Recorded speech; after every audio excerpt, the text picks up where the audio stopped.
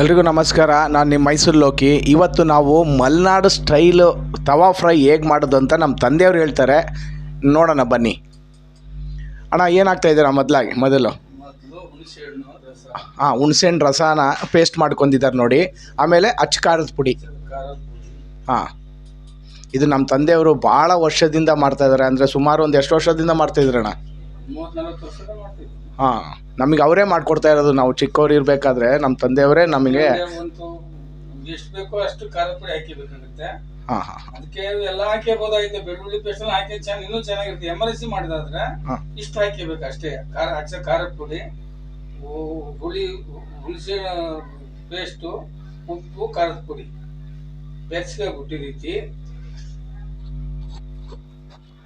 ಈ ರೀತಿ ಬೆರೆಸ್ಕೊಬಿಟ್ಟು ಎಲ್ಲನೂ ಕಲಿಸಿ ಅಂತ ಈ ರೀತಿ ಕಲಿಸ್ಬೇಕು. ಹೀಗೆ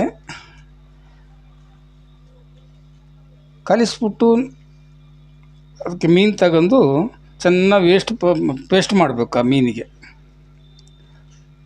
ಪೇಸ್ಟ್ ಮಾಡಿಬಿಟ್ಟು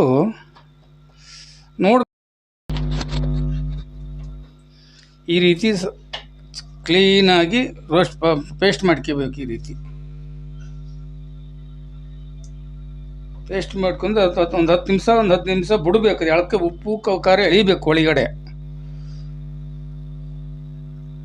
ಆಮೇಲೆ ಫ್ರೈ ಆದಮೇಲೆ ತಿರ್ಸಿ ಹಾಕಬೇಕು.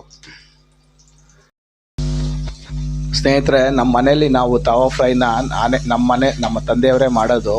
ತುಂಬ ಚೆನ್ನಾಗಿರುತ್ತೆ. ಎಷ್ಟು ಟೇಸ್ಟಿ ಅಂದರೆ ಅವರ ಪ್ರೀತಿನೂ ಸಹ ಇದರಲ್ಲಿ ಅಡಗಿರುತ್ತೆ. ನಮ್ಮ ತಂದೆಯವ್ರ ಪ್ರೀತಿನೂ ಸಹ ತುಂಬ ಚೆನ್ನಾಗಿ ಮಾಡ್ತಾರೆ. ನಮ್ಮ ತಂದೆಯವರು ಭಾಳ ಇಷ್ಟಪಟ್ಟು ತಮ್ಮ ಮಕ್ಕಳಿಗೆ, ತಮ್ಮ ಮಡದಿಗೆ ಕೊಡ್ತಾರೆ.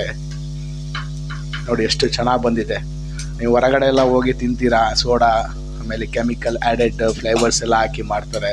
ಸಿಂಪಲಾಗಿ ಯಾವ ಥರ ಮಾಡೋದನ್ನ ನೋಡ್ಕೊಳ್ಳಿ.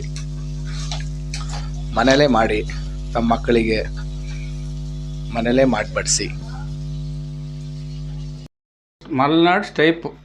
ಮಲೆನಾಡಲ್ಲಿ ಜಾಸ್ತಿ ಈ ರೀತಿ ಮಾಡ್ಕೆ ತಿಂತಿರ್ತಾರೆ.